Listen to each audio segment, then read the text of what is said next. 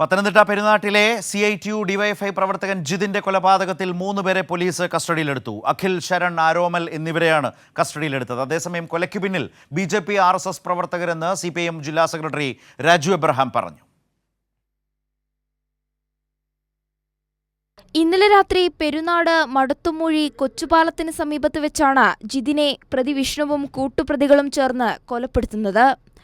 RSS BJP പ്രവർത്തകനായ വിഷ്ണുവാണ് ജിതിനെ കൊലപ്പെടുത്തിയതെന്ന് സംഘർഷത്തിൽ പരിക്കേറ്റ ഡിവൈഎഫ്ഐ പ്രവർത്തകൻ വിഷ്ണു പറഞ്ഞു. ഇന്നലെ രാത്രി ഒരു 8:30-9 മണിയോട് കൂടിയാണ് ഈ സംഭവം നടക്കുന്നത്.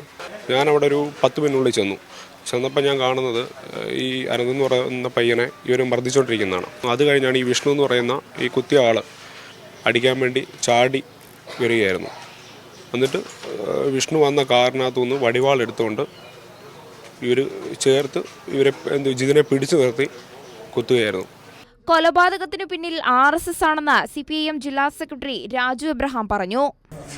ഡിവൈഎഫ്ഐ പ്രവർത്തകരായിട്ടുള്ള മരിച്ച ജിതിനടക്കമുള്ള ആളുകൾ